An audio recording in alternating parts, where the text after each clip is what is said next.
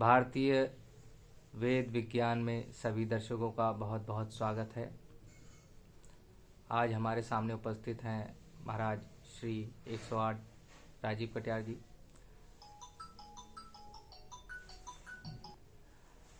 तो महाराज आज पूछना चाहेंगे कि सिद्धियां कितने प्रकार की होती हैं, कौन कौन सी सिद्धियां तामसिक होती हैं यानी तांत्रिक, और कौन कौन सी सात्विक सिद्धियां होती हैं।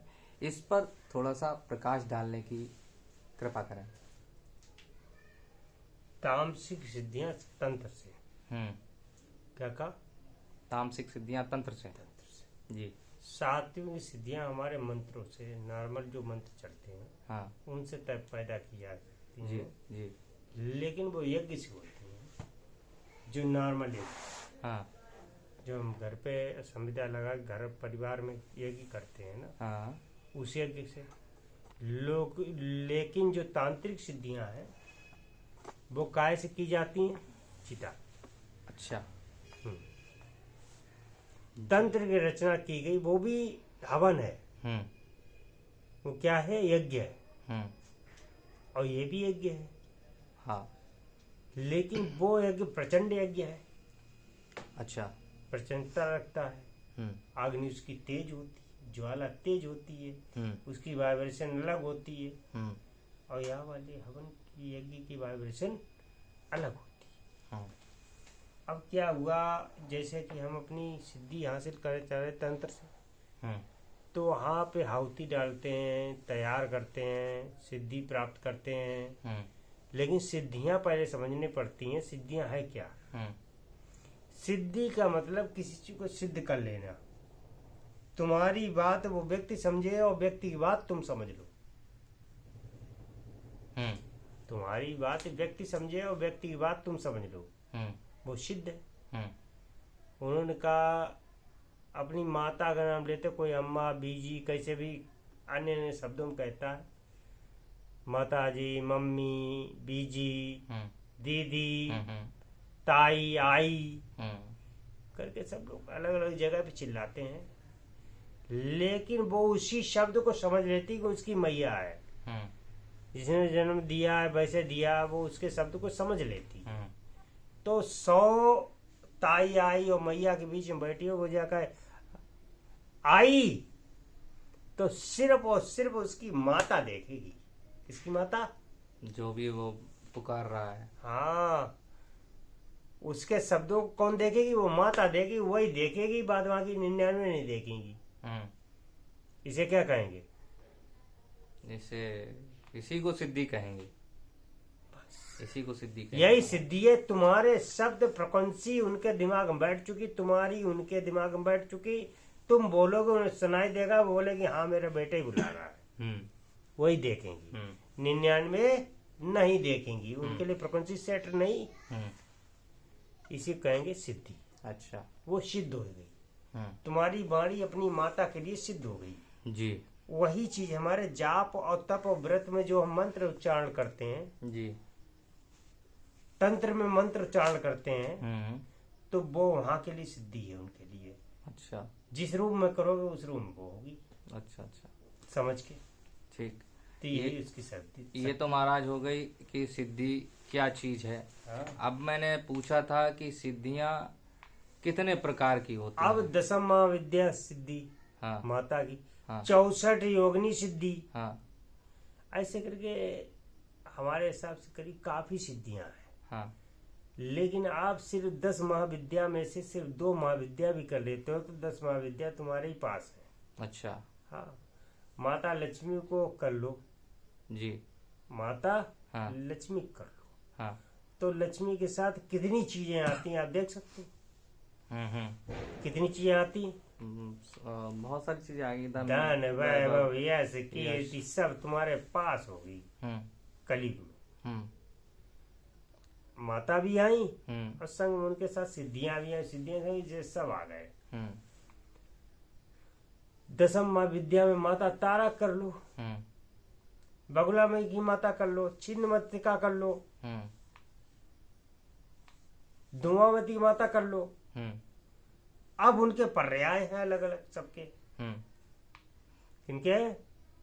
उनके पर्याय हैं कि आपको किस प्रयोजन से सिद्धि करनी है। जैसे कि हमें धन, वैभव, ईश्वर, यश और ये सब पाने के लिए जो है, कुबेर माता लक्ष्मी की सिद्धि करनी है फिर तो।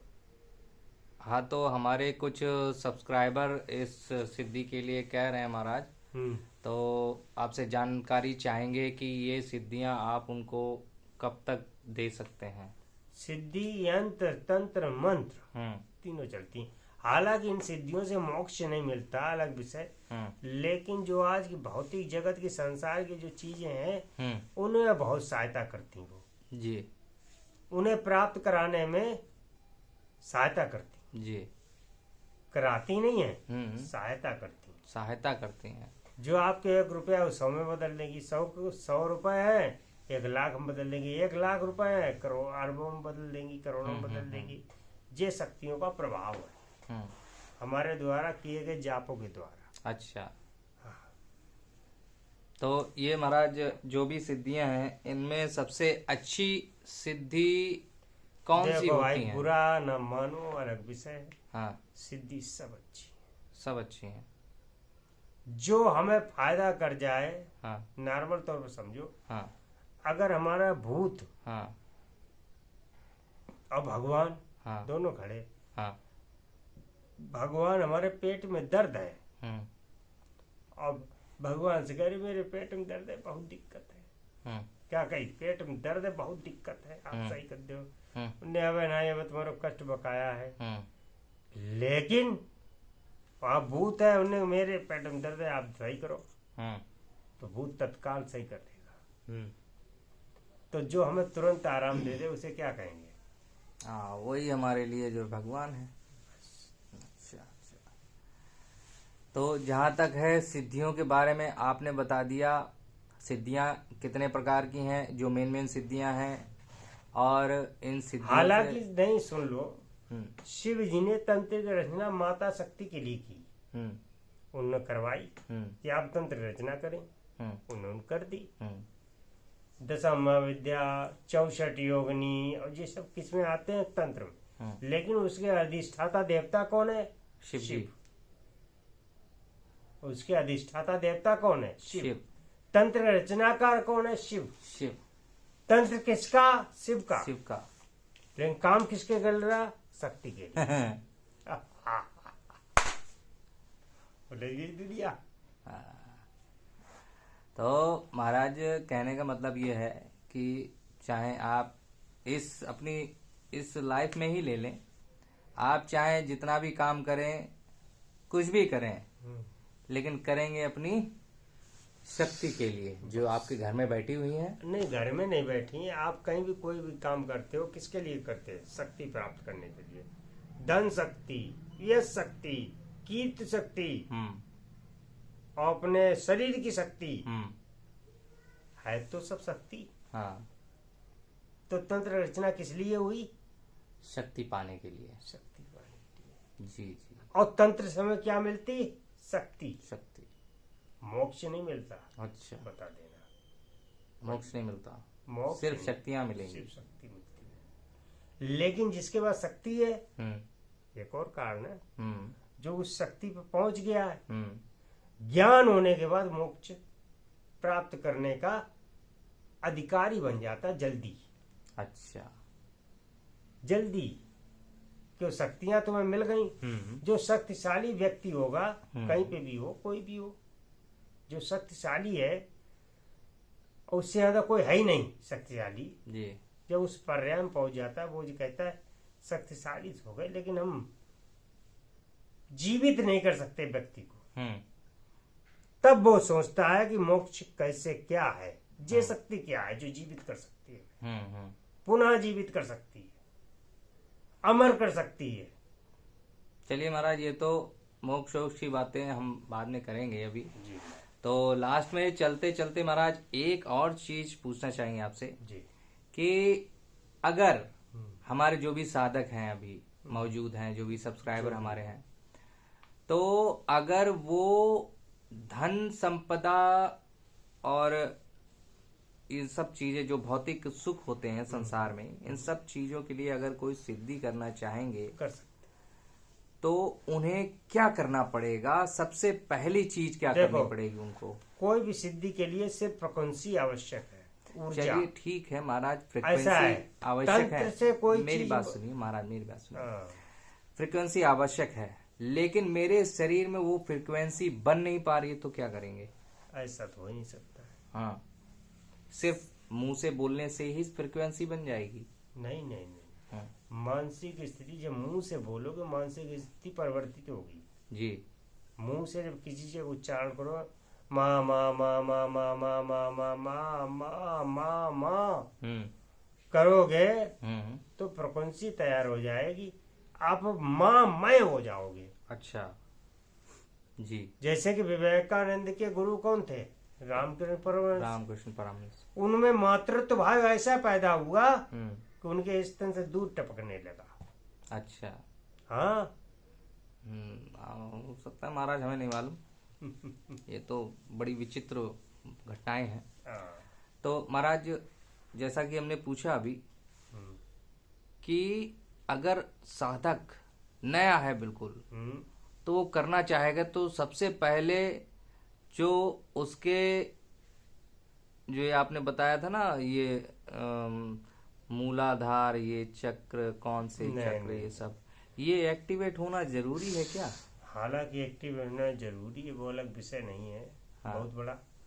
जिसके नहीं जरूरी है तो प्रथम तो वो गायत्री मंत्र की साधना करे, जो उसका कवच मजबूत हो। हाँ। हमारे अन्य प्राण होते हैं कई। हाँ, प्राण 3-4 प्रकार के होते हैं। ठीक। जो हमारा प्राण है जी। वो बलशाली होना चाहिए। अच्छा इन शक्तियों के प्रभाव, सात्विक शक्तियों से क्या ले लेते हैं हम लोग? प्राण। जी। उन्हें जीवंत करने की क्षमता है, तो प्राण मेरे अंदर पैदा हो जाते हैं। जी। जब प्राण पैदा होंगे और कहीं पे भी बैठेंगे तो हमारा ओरा बहुत पावरफुल होगा। जी। जब तुम्हारा ओरा पावरफुल होगा तो आपकी कोई भी बुरी शक्ति आपको सता नहीं सकती, डरा नहीं सकती। जी। आप जहाँ भी बैठोगे वहाँ वो शक्ति को आना पड़ेगा। जी। जी। क्यों? वहाँ पे ओरे के चक्कर में क्या होता है, वहाँ से निगेटिव एनर्जी भाग जाएगी। जी। जहाँ निगेटिव एनर्जी नहीं है वहीं वो शक्तियाँ प्रकट हो सकती। अच्छा। वही तुम्हें शक्ति प्रदान कर सकती। जी। इसलिए हमारे खुद के अंदर क्षमता के अंतर्गत उन चीजों का होना बहुत आवश्यक है। जी।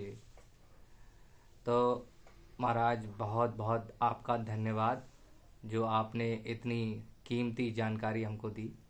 जानकारी कुछ भी कीमती नहीं है, लोग समझ पाए समझ लें, अन्यथा कोई मतलब नहीं है लोगों के लिए। क्योंकि आज के समय में क्या है, पहले क्या था, धर्म की रक्षा अर्थ करता था। नहीं, तो धर्म की रक्षा तो महाराज आज भी अर्थ ही कर रहा है। कैसे कर रहा है? अब आप देख लीजिए, जहाँ धर्म है वहीं तो अर्थ है। हाँ, वही तो तुम्हारा पर्याय है। जैसे विष्णु भगवान जी हैं, हाँ। उनकी माता लक्ष्मी पैर दबाती हैं। जी। विष्णु भगवान क्या धर्म के पर्याय है, और माता लक्ष्मी क्या धन के पर्याय है। लेकिन समय परिवर्तित हो गया। वो धार्मिक व्यक्ति धर्मात्मा कहा जाएगा जिसके पास धन होगा। जो धन व्यय कर सकता है, धन खर्च कर सकता है, या धन से सेवा कर सकता है। किसकी? धन से सेवा किसकी करेगा? धर्म की। धर्म की। लेकिन ऐसा नहीं, बदल गया रूप। धर्म सेवा में लग गया धन की। धन की उल्टा हो गया महाराज। यानी कि अब जो है मतलब ब्राह्मण, वही बहुत उच्च कोटि का ब्राह्मण आप क्या पूजा करने आएगा महाराज? हाँ। जिसे धन प्राप्ति की आशा होगी और आपसे मालूम है आपके वहां इतना धन मिलेगा, हाँ, तभी वो आएगा, अन्यथा नहीं आएगा। कैसे आएगा? हाँ, ये भी आप ठीक कह रहे हैं महाराज। आज तो कैसे पंडित जी आते हैं तो बिना दक्षिणा के तो कुछ होता ही नहीं है, पहले से तय करते हैं वो तो। आज तो हमें इतने रुपए चाहिए। उच्च कोटि के चीजों की बात है, पंडित से मतलब नहीं। जो धार्मिक व्यक्ति है, पंडित कोई ऐसी पर्यायवाची नहीं है। जो ज्ञानी है उसे पंडित कहा गया हमारे वेदों में। हाँ। जिसे ज्ञान है, और ज्ञान सबको होता नहीं, सिर्फ ब्राह्मण को होता है। तो ब्राह्मण को संज्ञा दे दी कि पंडित। हालांकि ब्राह्मण को पंडित नहीं कहा जाना चाहिए, क्योंकि ब्राह्मण क्या है, ब्रह्म का अंश है, उसे ज्ञान है ब्रह्म का, इसलिए वो ब्राह्मण है। अच्छा। पंडित कहना तो पंडित को ज्ञानी कहा जाता है, लेकिन ब्राह्मण को पंडित नहीं कह सकते आप। अच्छा, मत कहो। जो ब्रह्म ज्ञानी है वही ब्राह्मण है। अच्छा। और ब्राह्मण को ब्राह्मण कहना ही पड़ेगा। उसे चुना गया है हम लोगों ज्ञान के लिए। जी जी जी। तो महाराज बहुत बहुत धन्यवाद आपका इतनी महत्वपूर्ण जानकारी देने के लिए।